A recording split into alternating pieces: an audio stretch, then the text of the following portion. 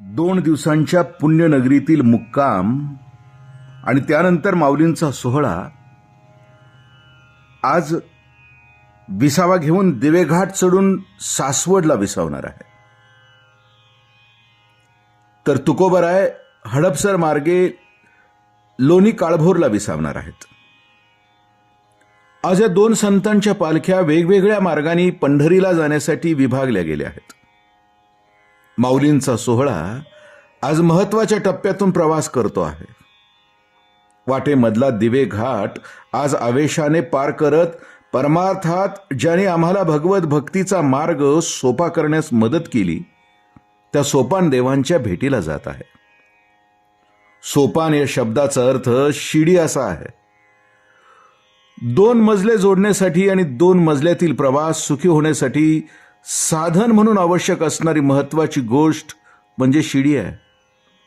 परमार्थाच्या वाटेवर सोपान काकांची भूमिकाही तीच आहे. जीवाशिवाची भेट होण्यासाठी भक्तिमार्ग सुगम कसा आहे हे आपल्या वडील भावांच्या सोबत राहून अनुभूतीतून आणि धाकट्या बहिणीच्या मुक्ताबाईंच्या प्रगल्भ संगतीतून तत्कालीन समस्त संतांच्या भेटीतून सोपान काकांच्याकडे जी दृष्टी आहे ती भगवत भक्तांना प्रेरणा देते आहे. भगवत भक्तीचा परमार्थिक अन्वय आम्हासमोर मांडताना संत जनाबाई सोपान काकांच्या बद्दल म्हणताहेत, ब्रह्मा सोपान तो झाला भक्ता आनंद वर्तला.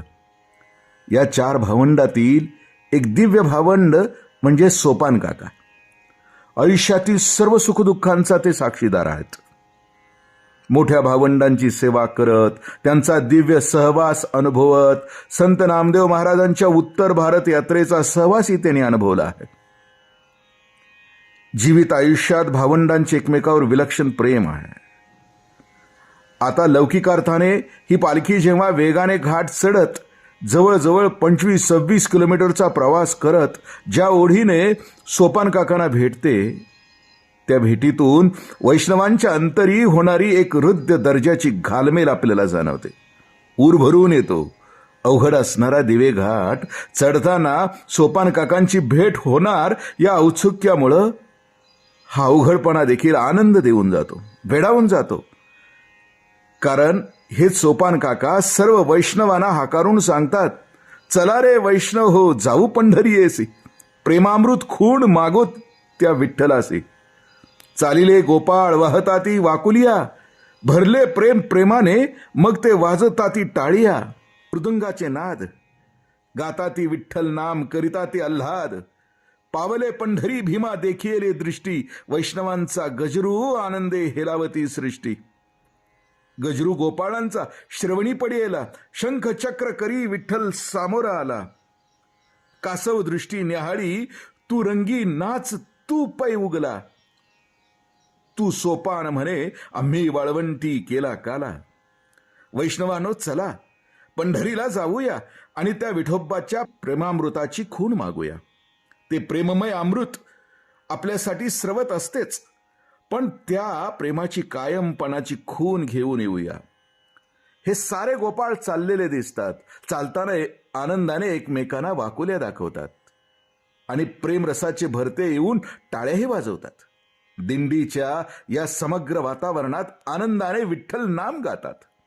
या वैष्णवांच्या गजराने जणू सगळी सृष्टी हेलावून जाते. यांचा गजर पाहून स्वतः पांडुरंग परमात्मा देखील दिंडीत येऊन सामील होतो आणि रमून जातो.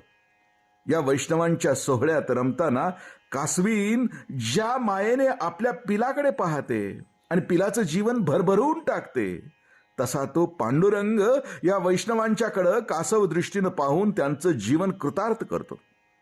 देव आणि भक्तांचा हा संगम वेगळ्या अर्थाने पण सहज शब्दात मांडणाऱ्या सोपान काकांच्या टाई नम्र व्हावं वाटतं. कोणत्याही मार्गातील अवघड वळणाचा घाट हा खूप काही शिकवतो.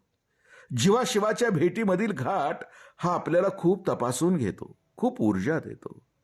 आयुष्याचा पथ हा दुर्गम अवघड डोंगर घाट गुरुविण कोण दाखवील वाट.